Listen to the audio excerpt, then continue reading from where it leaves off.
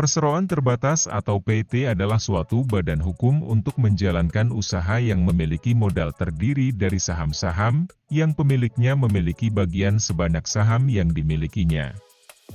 Karena modalnya terdiri dari saham-saham yang dapat diperjualbelikan, perubahan kepemilikan perusahaan bisa dilakukan tanpa perlu membubarkan perusahaan. Pengertian PT menurut Abdul Qadir Muhammad yaitu, istilah perseroan menunjuk kepada cara menentukan modal, yaitu bagian dalam saham, dan istilah terbatas menunjuk kepada batas tanggung jawab pemegang saham, yaitu sebatas jumlah nominal saham yang dimiliki. Perseroan terbatas adalah perusahaan persekutuan badan hukum. Pendirian PT harus dibuat di notaris untuk mendapatkan pengesahan dari Menteri Hukum dan Hak Asasi Manusia agar berstatus sebagai badan hukum. Contoh perseroan terbatas adalah seperti PT Mitra Adi Perkasa Tbk, PT Gudang Garam Tbk, PT Jarum Kudus, dan lain-lain. Di dalam mendirikan PT, terdapat berbagai macam istilah modal di antaranya. 1. Modal dasar. Ini merupakan modal perusahaan yang bisa menilai seberapa besar perusahaan tersebut.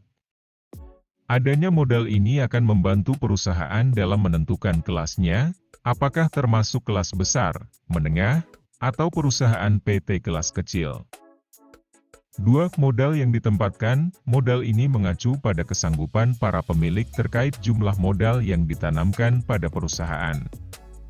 Pasal 33 Undang-Undang Perseroan Terbatas menyatakan bahwa jumlah minimal modal yang ditempatkan adalah sebesar 25% dari modal dasar perusahaan. 3. Modal yang disetorkan. Modal setor menjadi jenis sumber dana PT yang paling dianggap nyata karena menunjukkan jumlah modal yang disetor oleh para pemegang saham. Besarnya modal setor untuk PT adalah paling sedikit 25% dari modal dasar. Artinya, besarannya sama dengan modal yang ditempatkan oleh para pemegang saham. Jenis-jenis perusahaan perseroan terbatas. Menurut Undang-Undang Nomor 40 Tahun 2007 tentang Perseroan Terbatas mengklasifikasikan perusahaan PT ke dalam 3 jenis, yaitu 1. Perseroan terbatas tertutup. Salah satu ciri khas perusahaan PT tertutup adalah para pemegang saham yang hanya berasal dari kalangan tertentu atau orang-orang yang sudah saling mengenal sebelumnya, seperti misalnya dalam perusahaan keluarga. 2. Perseroan terbatas publik.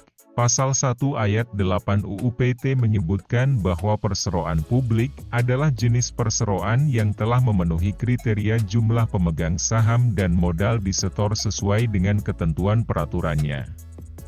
Sementara itu, Undang-Undang Nomor 8 Tahun 1995 mengenai pasar modal atau UPM Pasal 1 Ayat 22 menyebutkan, sebuah perusahaan dikatakan perseroan publik apabila saham telah dimiliki oleh sedikitnya 300 orang dengan jumlah modal yang disetorkan minimal sebesar 3 juta rupiah.